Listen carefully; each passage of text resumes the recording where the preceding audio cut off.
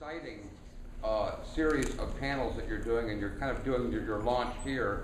Can we expect this to be a yearly event and maybe appear at other conventions around the world with all the captains under your guidance? No.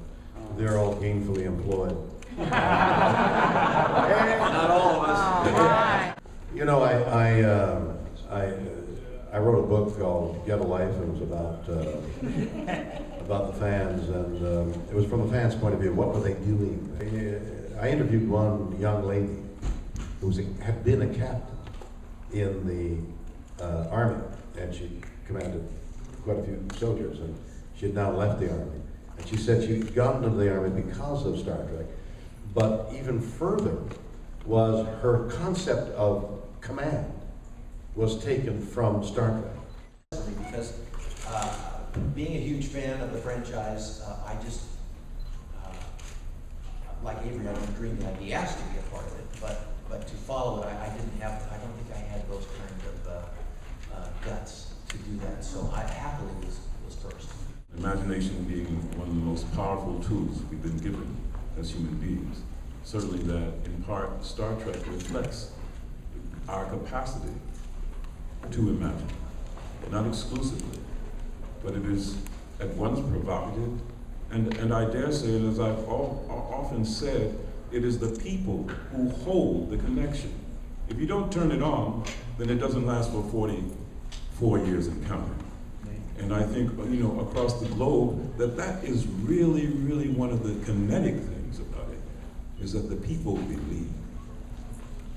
With regard to the Shatner... No. I have to deal with you after this press conference.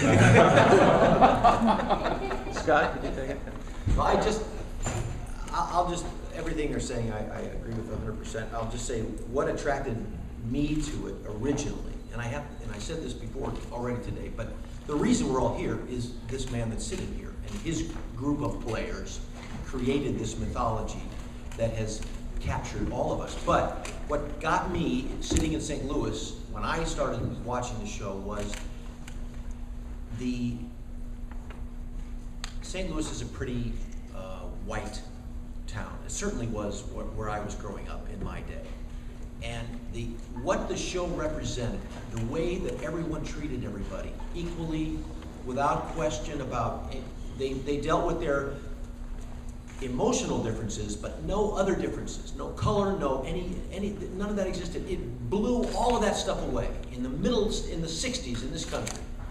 And if you got on board with that, I mean, that to me was the ride. How they did it, how they loved each other, how they cared for each other. But if you got on board with that premise, that none of that matters, and we're going to reach out because the writers imagined it, and we can hold that in our own bodies as possibility, that's the future. And if that's a future you want to be a part of, and here we are.